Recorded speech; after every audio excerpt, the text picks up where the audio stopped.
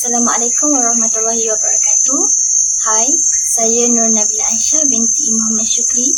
Saya mewakili kumpulan 6. Kumpulan kami akan menggerakkan LDK 6 dengan tajuk pengenalan pengurusan kesihatan, dan kumpulan sasaran kami terdiri daripada penduduk kampung. Tajuk kumpulan kami ialah norma kehidupan baharu selepas pandemik COVID-19, dan dalam LDK kami akan membentangkan secara video lakonan yang telah dilakukan sebelum ini. Seperti kita sedia maklum, seluruh negara telah dilanda wabak COVID-19 ataupun Coronavirus Diseases 2019. Virus ini pertama kalinya dijumpai di salah satu pasar di bandar Wuhan, China pada penghujung tahun 2019. Untuk menghindarinya, kita haruslah mengamalkan tata cara kebersihan yang sebetulnya mengikut SOP dan yang ditetapkan oleh Kementerian Kesihatan Malaysia agar kita sentiasa terhindar daripada jangkitan ini dan selamat walaupun kita berada di mana-mana. Kerajaan Malaysia juga tidak memandang mudah penularan COVID-19 ini. Kerajaan Malaysia telah mengumumkan Perintah Kawalan Pergerakan pada 18 Mac 2020. Perintah Kawalan Pergerakan ini terbagi kepada 4 fasa dan ianya berakhir pada 12 Mei 2020. Pada 13 Mei 2020 hingga 9 Mei 2020, Kerajaan Malaysia telah mengumumkan pula Perintah Kawalan Pergerakan Bersyarat, dan pada 7 Jun 2020, Perdana Menteri telah mengumumkan Perintah Kawalan Pergerakan Pemulihan. Matlamat diadakan Perintah Kawalan Pergerakan ini adalah bertujuan untuk mengasingkan dan mengekang sumber penularan wabak coronavirus ini. Kita juga sedia maklum bahawa penularan coronavirus ini telah menghampiri 7 juta kes keseluruhannya. Oleh itu, CPRC Kementerian Kesihatan Malaysia telah memberi nasihat mengenai panduan COVID-19 ini. Antaranya ialah mengelakkan 3C, iaitu crowded place, confined space and close conversation. Yang kedua ialah mengamalkan 3W, iaitu wash, wear and want. Yang ketiga ialah terus patuh kepada SOP, dan yang keempat, muat turun aplikasi MySejahtera untuk membantu usaha kerajaan memutuskan rantaian jangkitan COVID-19 di Malaysia. Sehingga sekarang, Malaysia mencatatkan hampir 9,000 kes berkaitan COVID-19 ini. Jumlah kes kematian di Malaysia berkaitan COVID-19 ini hampir mencecah 120 kes kematian. Oleh itu, rakyat Malaysia haruslah mengamalkan norma baharu dalam kehidupan seharian seperti membasuh tangan menggunakan hand sanitizer ataupun cecair pembasmi kuman dan sabun, mengamalkan penjarakan sosial sekurang-kurangnya 1 meter di tempat keramaian dan tempat terbuka, tidak menyentuh muka menggunakan tangan yang kotor ataupun tidak dicuci terlebih dahulu, memakai pelitup muka bagi golongan yang berisiko tinggi dan mudah terkena jangkitan, dan menutup mulut apabila batuk ataupun bersin supaya virus ataupun kuman yang kotor tidak tersebar kepada orang sekeliling. Dalam LDK kami akan melakukan semula babak-babak yang telah disebutkan, iaitu norma baharu kehidupan selepas pandemik COVID-19. Jadi, ayolah kita saksikan bersama-sama.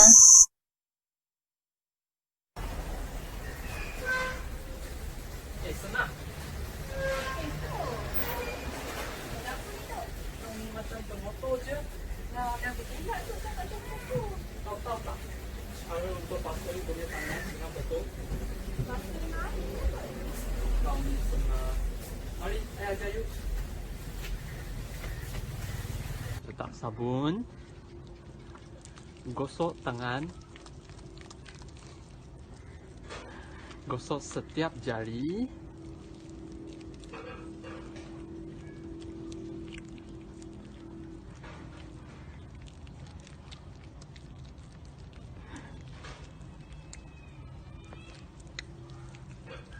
Dan jelah jari. Lepas tu, gosok kuku di tapak tangan.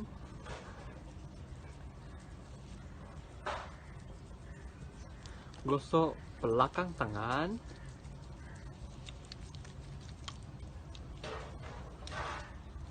Lepas tu basuh tangan dengan air secukupnya.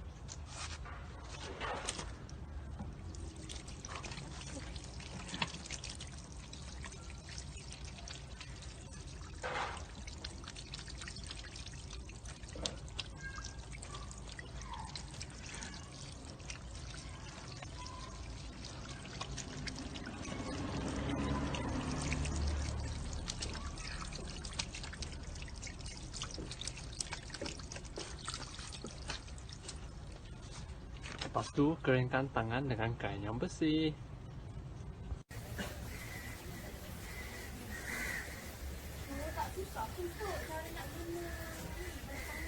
Betul lah, senang. Senang.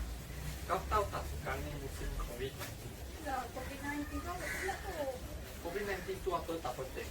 Yang penting, dia kena jaga kebersihan kau. Terutamanya tangan. Tak belah tu, saya rasa bang tangan ni sabun tu dah cukup dah. Tak cukup, senang. Kau kena guna hand sanitizer. Ya, hand sanitizer tu apa pula tu? Inilah. Macam mana nak guna ni tu? Wait, I tell you. So, letak hand sanitizer kat tangan kiri. Ratakan. Lepas tu, buat yang sama pada tangan kanan. Ratakan. Lepas ratakan, gosok tapak tangan belakangnya. Lepas tu, gosokkan jari.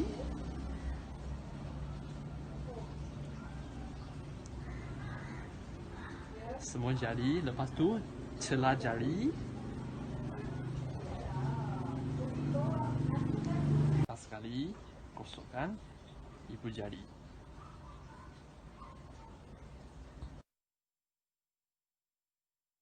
Okey, Assalamualaikum warahmatullahi wabarakatuh. Nama saya Muhammad Isrifan bin Dawud. So, hari ini saya akan menceritakan cara-cara untuk menangani wabak COVID-19. Salah satunya adalah dengan penjarakan sosial, iaitu sebanyak 1 meter. Apabila kita datang ke kedai atau pergi ke mana-mana saja, kita akan nampak tip ni dan tip ni. So, dia antara penjarakannya.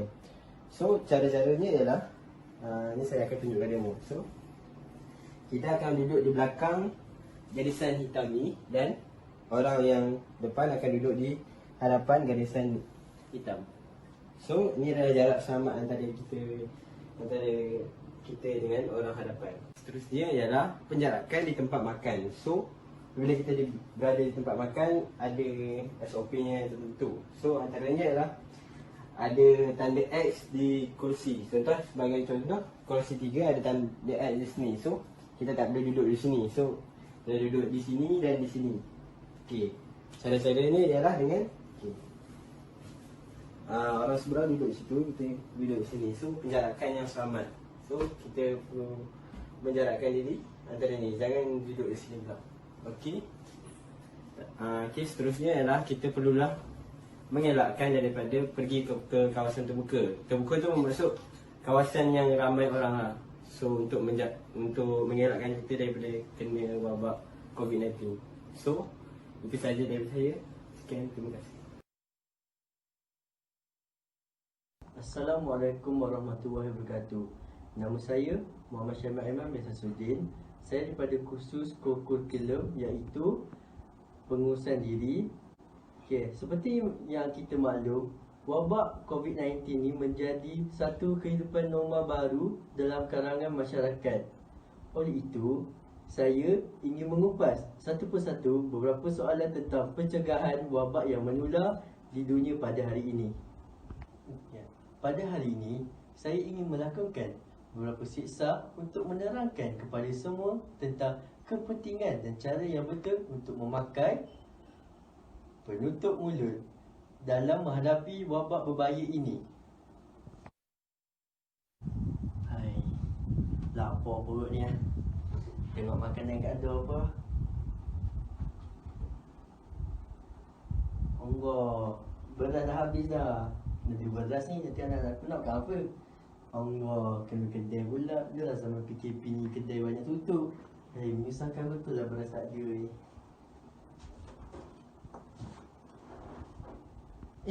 Ayah, nak pergi mana tu? Lah, nak pergi kedai lah. Lepas tu, kamu nanti nak makan apa? Nak makan pasir? Lah, pergi kedai tu punya. Tapi kenapa ayah tak pakai mask ni?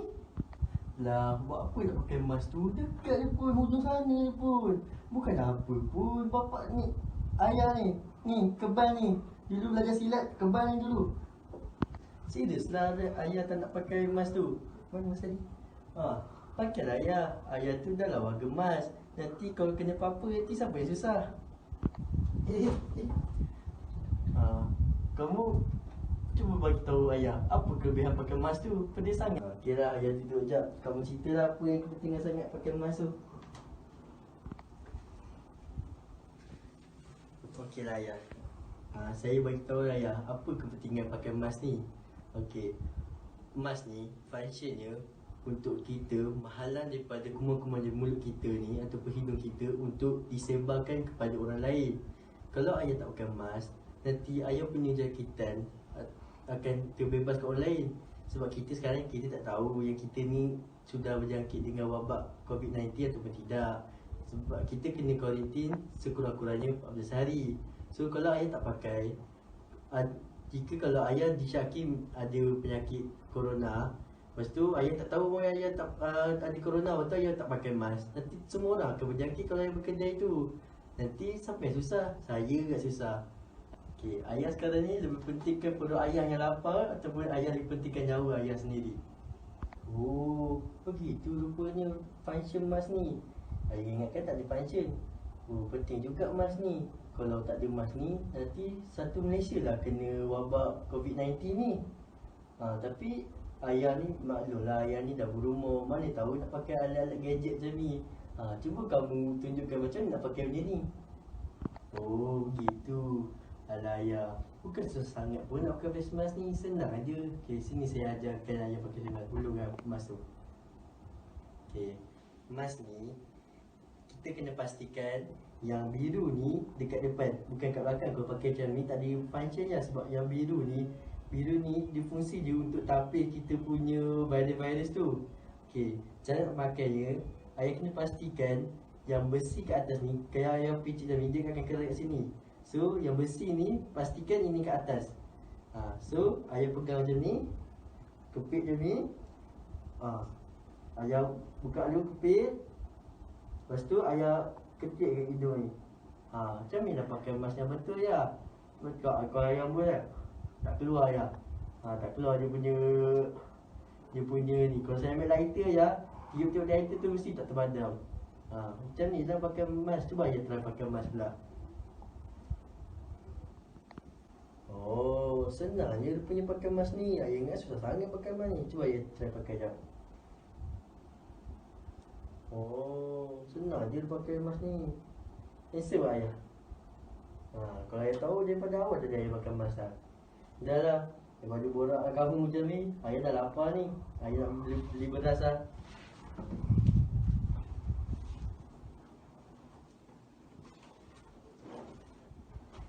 Apa pun terima kasih lah nasi ayah ni. Ayah tahu ayah ni dah tua.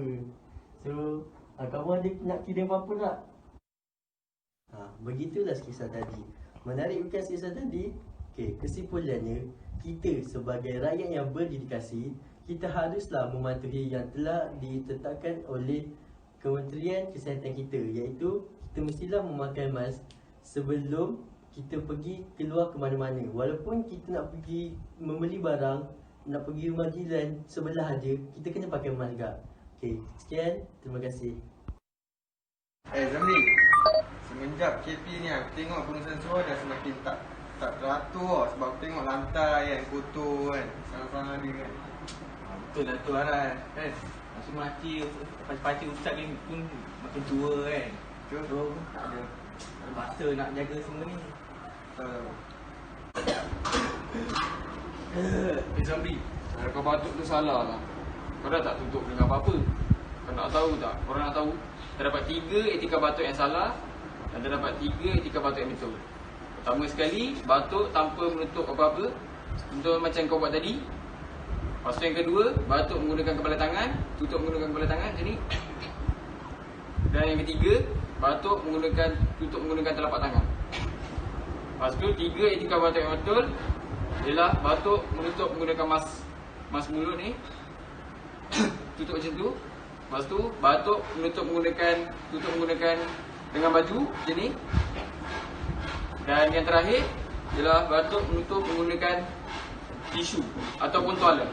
Kalau tutup menggunakan tisu, kita kena segera buang tisu tersebut supaya kita dapat mencegah virus. Habis tu kau ada bawa mask tak? Adalah. Bahaya kau ni. Ya. Sekarang ni Apa dia? kau ada? I love you, baby, and if it's quiet. Okey, selain itu juga kan, terdapat firman Allah SWT yang menjelaskan yang membawa maksud, janganlah kamu berbunuh-bunuhan sesama sendiri. Ayat tersebut menjelaskan kat sini bahawa kita sebagai manusia, janganlah kita menyebarkan ataupun membawa wabak tersebut kepada orang yang tidak terkena pada virus COVID-19 ni. Selain batuk kan, yang macam tadi kau buat tu, batuk kan boleh menyebarkan melalui tangan kau. Bila kau dah batuk kau dah kat tangan, batuk kau tak basuh tangan kau. Bila kau bersentuhan dengan apa-apa benda, nanti orang lain bila bersentuhan dengan benda tu, orang lain pun akan dapat penyakit kau. Itu yang bahaya kat situ. Lagi satu, hari tu aku ada terbaca satu hadis ni dekat laman sosial yang boleh dipercayai. Cuba cari. Jumpa. Sabda Rasulullah SAW yang bermaksud, apabila kamu mendengar berlakunya wabak taun di sesuatu negeri, maka janganlah kamu memasukinya. Apabila berlaku dalam negeri yang kamu berada di dalamnya, maka janganlah kamu keluar. Hadis riwayat Bukhari dan Muslim. Menurut Syekh Syarizan, Islam diturunkan untuk memenuhi maqasid syariah, antaranya menjaga nyawa daripada kerosakan dan kebinasaan, sehingga kita tidak boleh menyebarkan virus tersebut. Selain itu juga Islam mengharamkan seseorang memudaratkan diri sendiri dan orang lain kerana ia amat bertentangan dengan maqasid syariah. Maksudnya kita kena jaga daripada, kita kena melindungi diri kita, melindungi keluarga kita dan melindungi orang sekeliling kita. Kita sesama Islam ni sesama Islam, kita kena jaga antara satu sama lain. Dengan begitu, kita kena mengamalkan etika-etika, cara-cara mengelakkan daripada terkena virus COVID-19 dalam kehidupan seharian kita.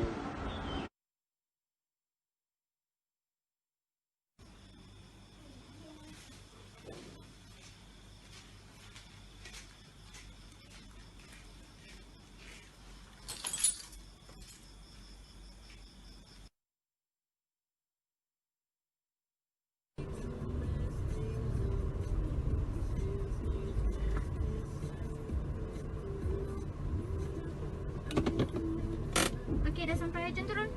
Pakailah sanitizer dengan mask dulu. Lah kan? Baik bawa.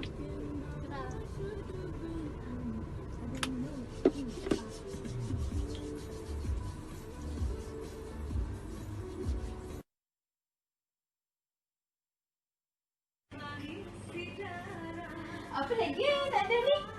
Ni video ni. Kita dah tak ada kat rumah. Hantarlah. Ni. Okey. Tak lagi? Ni susu dah ada ke? Sini habis. Ambil dua. Susu ni? Dua. Okey.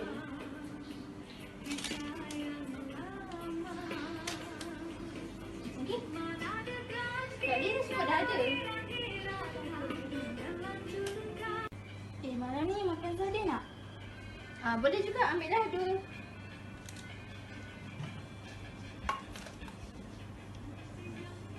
Kakak pegang tak bakul ni? Susu rasa.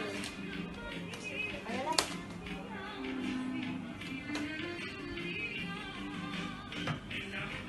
Panasnya.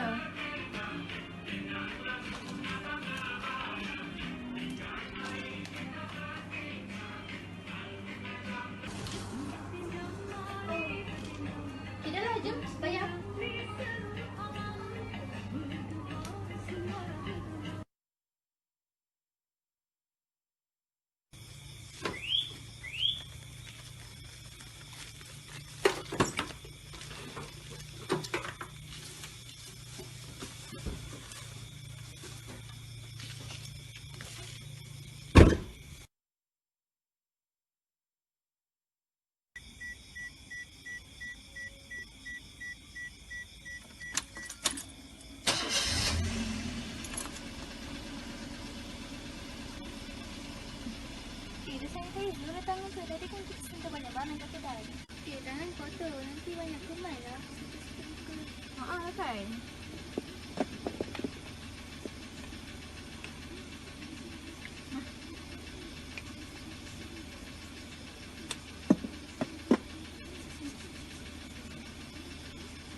Sekarang kan masih COVID-19, tangan kena selalu bersih supaya tak kena apa-apa jangkitan. Alah, betul tu. Terima kena ingatkan. Sama.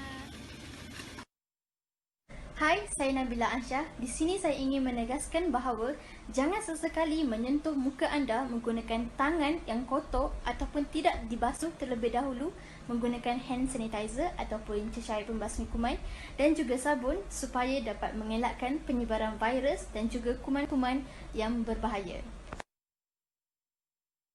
Kesimpulan dari keseluruhan cerita pendek dari ahli kumpulan saya ialah: pertama, kita mestilah mengamalkan cara cuci tangan dan menggunakan hand sanitizer dengan cara yang betul supaya kita tidak menyebarkan wabak melalui sentuhan serta supaya kita lebih selamat untuk menyentuh ke tempat lain.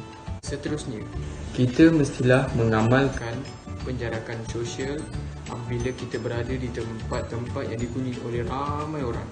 Hal yang demikian dapat mengurangkan kebarangkalian kita daripada bersentuhan antara orang yang membawa suatu jangkitan ataupun orang yang tidak mempunyai penyakit. Penjarakan sosial adalah antara yang paling berkesan apabila suatu jangkitan dapat ditularkan melalui sentuhan titisan seperti batuk ataupun bersin. Selain itu, kita janganlah menyentuh bahagian muka dengan tangan yang kotor atau tidak dicuci terlebih dahulu. Tangan antara anggota yang banyak organisma halus sama ada bakteria, virus atau alga. Dalam sehari, ratusan permukaan yang kita sentuh. Di atas permukaan ini adanya pelbagai organisma halus termasuk bakteria dan virus yang menjadi punca penyakit. Tangan juga ejen pengangkut paling cekap memindahkan bakteria dan virus kerana apabila menyentuh muka, terutama mata, hidung dan mulut, organisma yang halus ini terus sampai ke pintu masuk badan kita.